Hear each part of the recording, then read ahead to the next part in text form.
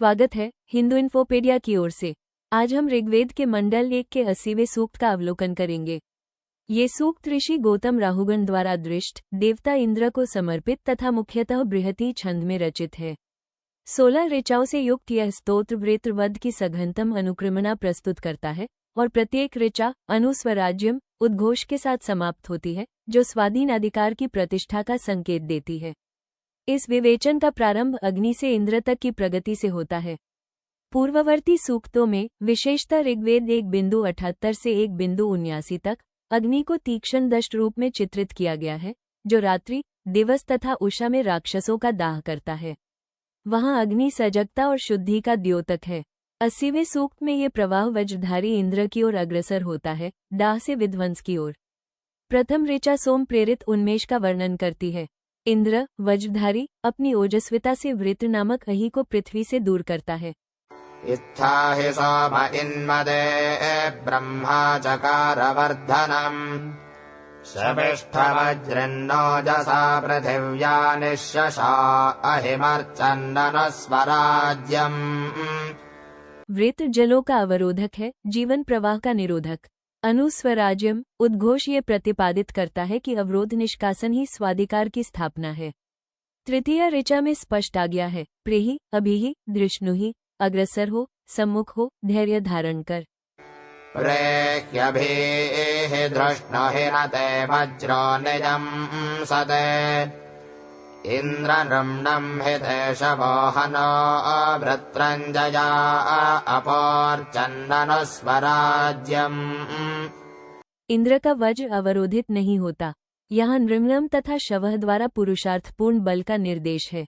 वृत्रवध और जल प्राप्ति समृद्धि तथा जीवन संचार की पुनर्स्थापना का बोध कराते हैं। पंचम ऋचा में इंद्र वज्र से वृत्र की पीठ पर प्रहार करता है।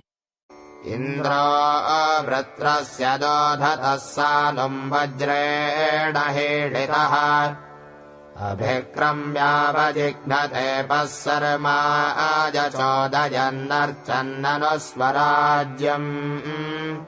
यह मूलाधार पर आघात है, जिससे अवरोध का पतन होता है और जल मुक्त होकर प्रवाहित होते हैं।